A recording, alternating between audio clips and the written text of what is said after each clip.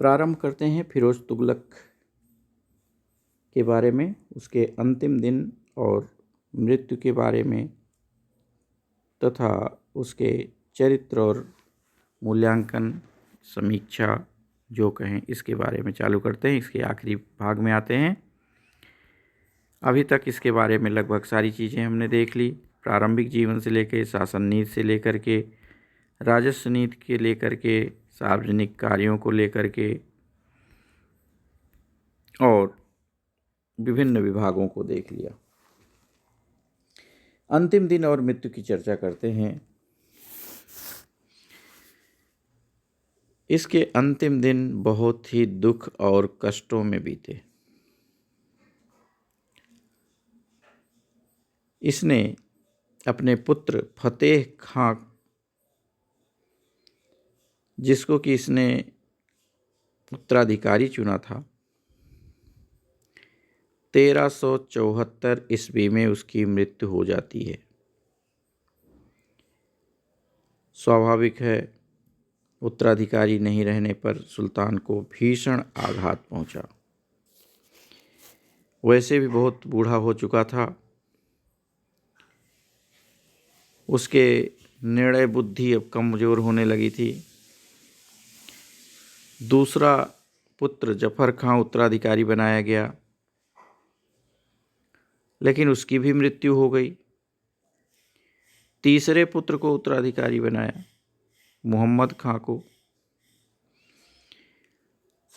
लेकिन उसे विधि पूर्वक उत्तराधिकारी नहीं नियुक्त किया गया।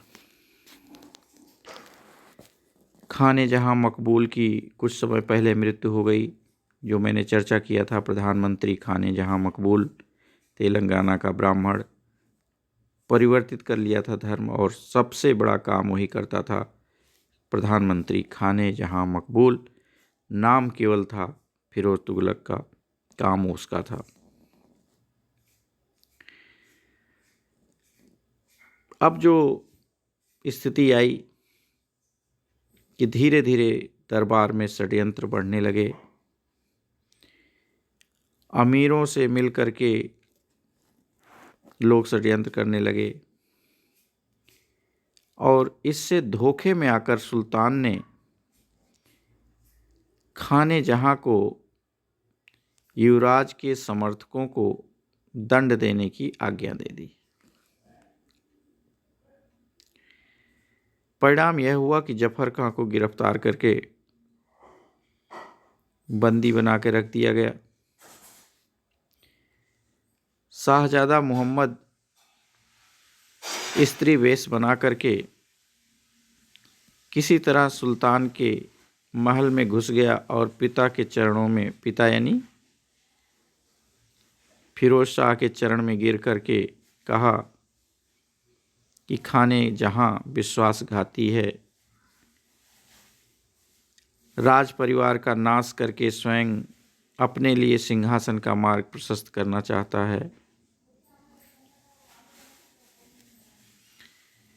अब फिरोज तुगलक ने राजकुमार को खाने जहां को दंड देने की आज्ञा दे दी। खाने जहां का घर घेर लिया गया। खाने जहां भाग करके मेवाड़ आ जाता है, शरण ले लेता है। अब शाहजादा मोहम्मद शासन में हाथ बटाने और शाही उपाधियों को धारण करने लगा। अगस्त 1387 में मोहम्मद युवराज घोषित किया जाता है विधिवत रूप से। अब मोहम्मद ने खाने जहां को मरवा दिया और शासन शक्ति ले ली अपने हाथ में। लेकिन शासन लेने के बाद आमोद प्रमोद में व्यस्त हो गया, मस्त हो गया। शासन व्यवस्था खराब हो गई, अराजकता बढ़ी। जो शाही अमीर थे, उन्होंने मोहम्मद के उत्तरदायित्व की भावना को जागृत करने के लिए कुछ प्रयत्न किया, लेकिन क्या परिणाम निकलता, वो आमोद प्रमोद में मस्त हो चुका था। मोहम्मद के खिलाफ कुछ अमीर आ गए, उनसे भी उसे युद्ध करना पड़ा। अमीरों ने सुल्तान को ले जाकर युद्ध क्षेत्र में खड़ा कर दिया, ये बड़ी बात थी। फिरोज को सैन्य संचालन करते देख मोहम्मद की सेना के पैर उखड़ गए। वो अपनी जीवन रक्षा के लिए स्वयं भाग खड़े हुए। अब सुल्तान अपने नाती गियासुद्दीन तुगलक शाह को, जो स्वर्गीय फतेह खां का पुत्र था, अपना उत्तराधिकारी नियुक्त किया और उसे शाही उपाधि प्रदान की। इस प्रकार उसका अंतिम दिन बीतता है और 20 सितंबर 1388 को 80 वर्ष की अवस्था में उसकी मृत्यु हो जाती है। यानी मृत्यु के समय तक उसके उत्तराधिकारी सही नहीं हो पाए। जिसको भी उत्तराधिकारी चुना या तो मर गया या निकम्मा निकला। इसको तीनों बेटे किसी काम नहीं आए और इसे अपने नाती को बनाना पड़ा। ये तो रही इसके मृत्यु की बात। अब इसका थोड़ा सा समीक्षा करते हैं, इसके व्यक्तित्व और चरित्र की बात करते हैं।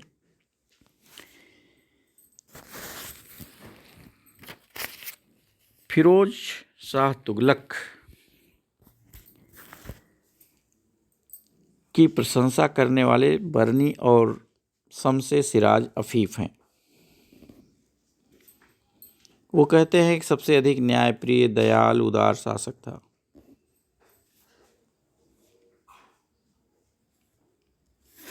हेनरी इलियट, जो हमारे पश्चिमी इतिहासकार हैं, हेनरी इलियट लिखते हैं, history of India as told by its own historians. History of India as told by its own historians. और एल्फिंस्टन, जिसने लिखा है हिस्ट्री ऑफ इंडिया, इन लोगों ने प्रशंसा में कहा कि फिरोज शाह तुगलक सल्तनत युग का अकबर था। ध्यान रखना ऑब्जेक्टिव प्रश्न के लिए, सल्तनत युग का अकबर कहने वाला एल्फिंस्टन और हेनरी इलियट हैं। दो नाम, हेनरी इलियट और एल्फिंस्टन। जबकि वेस्टर्न इतिहासकार B.A. स्मिथ इस कहते हैं कि अकबर से तुलना करना मूर्खता है। ईश्वरी प्रसाद कहते हैं कि वह विशाल हृदय और विस्तीर्ण मस्तिष्क वाले सम्राट अकबर की प्रतिभा का शतांश भी नहीं था, 100वां भी नहीं था, यानी 1% भी नहीं था। उसने सभी सार्वजनिक हितों के उच्च मंच से सभी संप्रदायों और धर्मों के प्रति शांति, सद्भावना, सहिष्णुता का संदेश दिया था अकबर ने, और इसने नहीं। बुलजले हेग जो हैं वो कहते हैं कि अकबर से पहले फिरोज के राज्यकाल एक उज्जवल युग था जो फिरोज के साथ समाप्त हो जाता है। ये बुलजले हेग है। इस तरह से देखें तो सब लोग अलग अलग ढंग से बोलते हैं फिरोज शाह तुगलक के बारे में, विदेशी इतिहासकारों के बारे में जो चर्चा हमने की। वैसे देखा जाए तो इसमें इसके मस्तिष्क में निश्चित तौर पर बहुत सारे अच्छे गुण थे।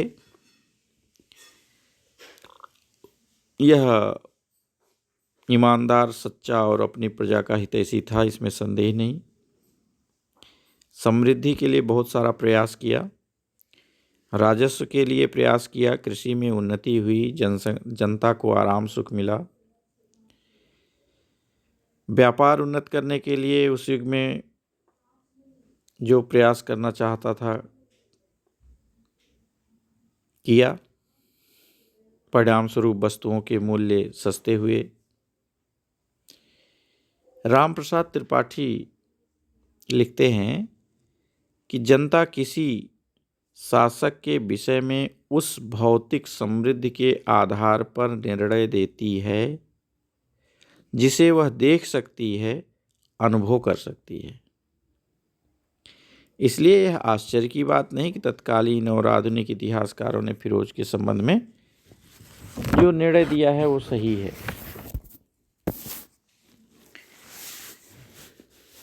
सुल्तान ने बहुत सारे दान कार्य किए।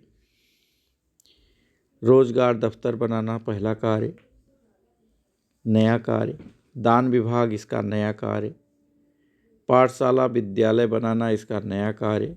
उसके लिए राजस्व धर्मस्व देना, प्रदान करना विद्यालय के लिए, पाठशालाओं के लिए, यह नया कार्य। छात्रवृत्तियां देना, जीवन निर्वाह के लिए धार्मिक लोगों को भत्ते देना, यह एक नया कार्य और अच्छा कार्य। यात्रियों के लिए सराय बनाना, आराम घर बनाना, सरकारी नौकरियों में दयापूर्ण व्यवहार, ये सब मिलाकर के जनता के हृदय में निश्चित तौर पर अच्छी भावना उत्पन्न की, ये कोई संदेह नहीं कर सकता। मोहम्मद तुगलक के समय निश्चित तौर पर अनेक कष्ट जनता को उठाने पड़े थे और फिरोज ने जनहित के लिए राज्य के जो कार्य थे उनके क्षेत्र में विस्तार किया और उसके लिए उसे श्रेय मिलना ही चाहिए। पहले इतना सार्वजनिक कार्य नहीं किया गया है जितना इसने किया। उसके पहले जितने भी कार्य होते थे, टैक्स लगाने के कार्य होते थे, अधिक से अधिक पैसे वसूलने के कार्य होते थे, टंका वसूल करने के कार्य होते थे और उस टंके का प्रयोग केवल सेना में और राजमहल में अपने ऊपर प्रयोग किया गया। यह पहला व्यक्ति है जिसने इतना कमाया तो उसे खर्च किया जनता के लिए, उसे प्रयोग किया सामान्य जनता के लिए, गरीब जनता के लिए, सबके लिए काम आए, ऐसी चीज़ों का निर्माण कराया। लेकिन अब इसके दूसरा पक्ष देखते हैं। सैनिक के रूप में देखें तो यह अच्छा सैनिक नहीं था। फिरोज अनुभवी सैनिक नहीं था, सफल सेना नायक नहीं था, ये सही है। इसने बहुत अधिक युद्ध नहीं लड़े और जो लड़े वो बहुत फायदे के नहीं हुए, अच्छे नहीं रहे। इसने अपने उदारता में ऐसी स्थिति ला दी कि शासन की सुयोग्यता बिगड़ गई, शासन अच्छे की जगह खराब हो गया। कुपात्रों के प्रति उसकी उदारता के बहुत सारे उदाहरण हैं। अभी मैंने इसके पहले सेना के बारे में बताया था कि जो कुपात्र है सैनिक विभाग में एक टंका घूस दे करके अपने घोड़े को पास कराता है, वह भी घूस भी फिरोज तुगलक देता है। अपने सैनिक को, एक सैनिक को देता है, दूसरे को, क्लर्क को, कि 1 रुपया दे करके, 1 टंका दे करके अपना घोड़ा पास करा लो। यह कितने ही गिरा हुआ स्तर है एक सुल्तान का और कितना उससे सैनिक दूर है, सैनिकों के ऊपर उसका नियंत्रण नहीं है, यह कितना स्पष्ट उदाहरण बन जाता है। और कहते हैं कि एक बार सुल्तान के टकसाल के अध्यक्ष ने जानबूझकर सिक्कों के अनुपात में घटिया धातु मिलवा दिया और बहुत सारा धन स्वयं हड़प लिया। जब फिरोज शाह को पता लगा तो भी उसने कोई ध्यान नहीं दिया।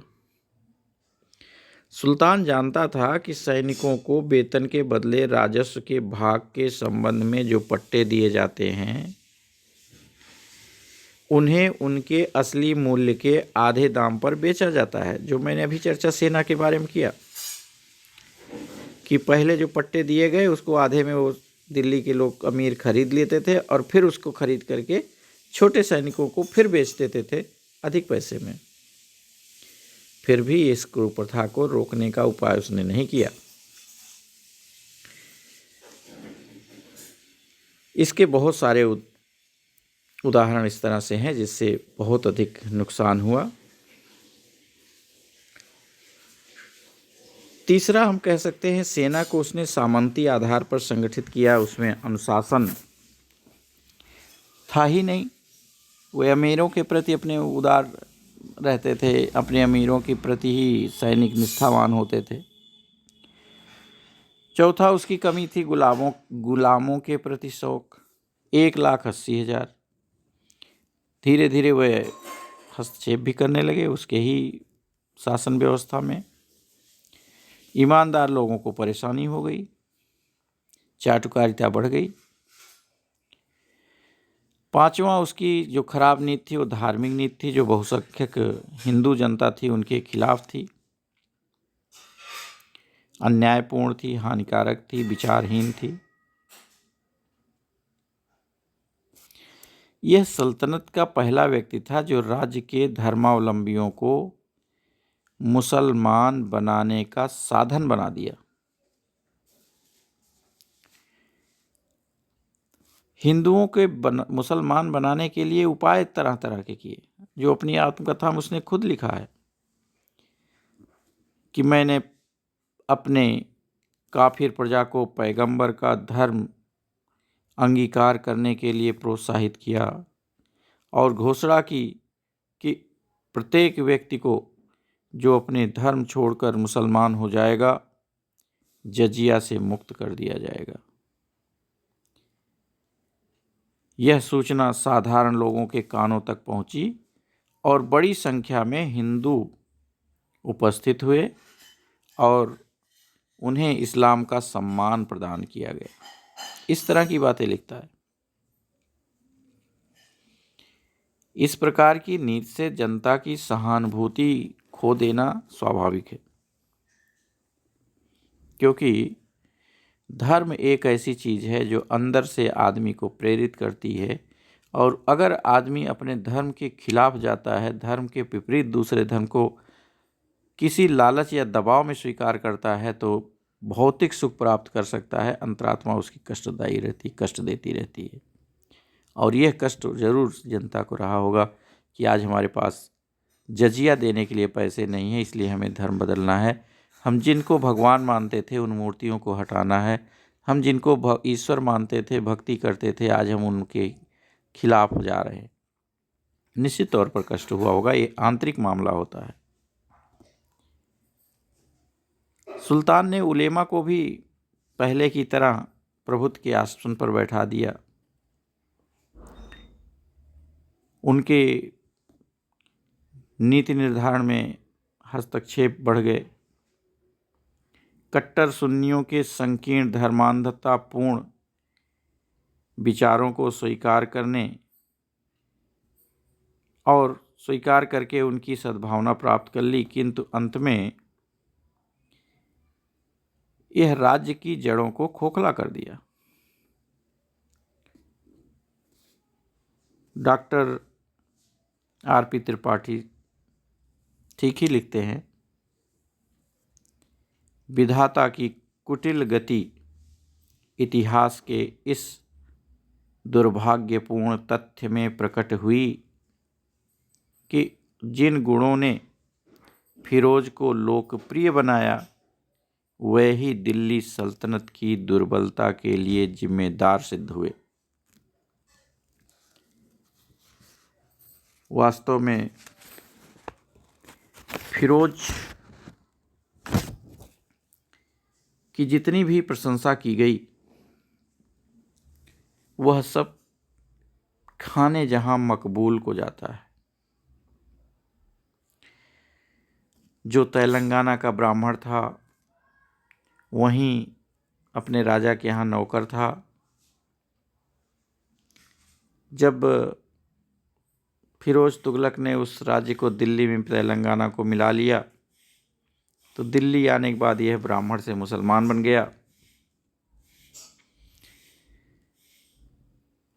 पहले मोहम्मद बिन तुगलक के समय आया था और मोहम्मद तुगलक अपने यहाँ नौकर रख लिया था। फिरोज के समय प्रधानमंत्री बना, निश्चित तौर पर बहुत राजनीतिज्ञ था, सबका ध्यान केंद्रित कर लिया। यह इतना विश्वास पात्र बन गया कि फिरोज जब राजधानी से दूर जाता था तो इसी को ही राजधानी सुपुर्द कर जाता था। इसने सबसे ज़्यादा अच्छे काम किए। जब यह प्रबंध देखता था तो राज्य प्रबंध अच्छा चलता था। और खाने जहाँ भी धीरे धीरे इंद्रिय सुख में लिप्त हो गया। कहा जाता है कि उसके रनिवास में विभिन्न जातियों की 2000 स्त्रियां थीं, उनसे अनेक पुत्र पुत्रियां थीं और 1370 ईस्वी में वृद्धावस्था में उसकी मृत्यु हुई। खाने जहाँ की मृत्यु के बाद उसका पुत्र जौना शाह प्रधानमंत्री बना था और उसे भी अपने पिता की खाने जहाँ की उपाधि मिली थी। इसीलिए आपको ध्यान रखना पड़ेगा, जो मैंने बताया था अंतिम समय और मृत्यु में, इससे पहले चर्चा किया था कि फिरोज तुगलक के अंतिम समय में खाने जहाँ मकबूल की मृत्यु हो गई, जिससे उसका शासन वैसा अच्छे ढंग से नहीं चल रहा था और उत्तराधिकारियों में दिक्कत हो रही थी। उसके बाद उसके पुत्र जौना शाह को ही प्रधानमंत्री बनाया गया था। तो ये वही प्रधानमंत्री है, लेकिन उसके लिए भी खाने जहाँ की ही उपाधि दी गई। इसलिए कई बार इसे हम पढ़ने में भूल कर जाते हैं। खाने जहाँ समझ करके हम उसे पहले वाले प्रधानमंत्री को ही मानते हैं। ये गलती होती है, इस गलती पर हमेशा ध्यान रखना है। तो आज हमने फिरोज शाह तुगलक के बारे में, उसके चरित्र का मूल्यांकन किया, समीक्षा की और यहीं पर फिरोज शाह तुगलक के साम्राज्य के बारे में अपनी अध्ययन को रोकते हैं। आगे फिर देखेंगे कुछ और विषय लेकर के। तब तक के लिए धन्यवाद, बहुत बहुत धन्यवाद। Thank you.